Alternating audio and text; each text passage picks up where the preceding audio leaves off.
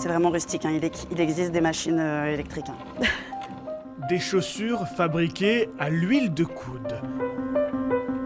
Le maniement du cuir, un art fin et minutieux pour prendre soin des pieds des clients. La jabacar.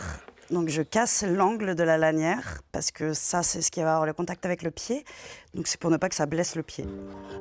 Depuis 3 mois, Caitlin a repris cet atelier d'où sortent sandales et chaussons. Originaire de Bretagne, une rencontre lui a permis de s'installer ici.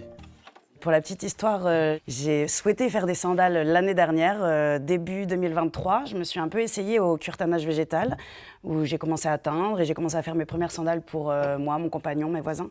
Et en fait, 2-3 jours avant Noël, j'ai rencontré une dame qui m'a parlé d'un monsieur qui était à 1h30 de chez moi et qui souhaitait partir à la retraite et qui fabriquait des sandales. Des sandales fabriquées quasi intégralement dans le sud-ouest. Une démarche éthique en opposition à la fast fashion jetable.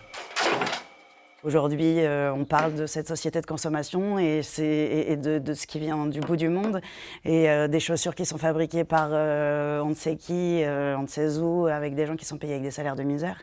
Donc bien sûr que c'est extrêmement important pour moi d'aller chercher le cuir au plus près. Même le fournisseur de caoutchouc, il est au plus près. Tous les fournisseurs en fait sont dans un rayon de, je dirais, maximum 350 km.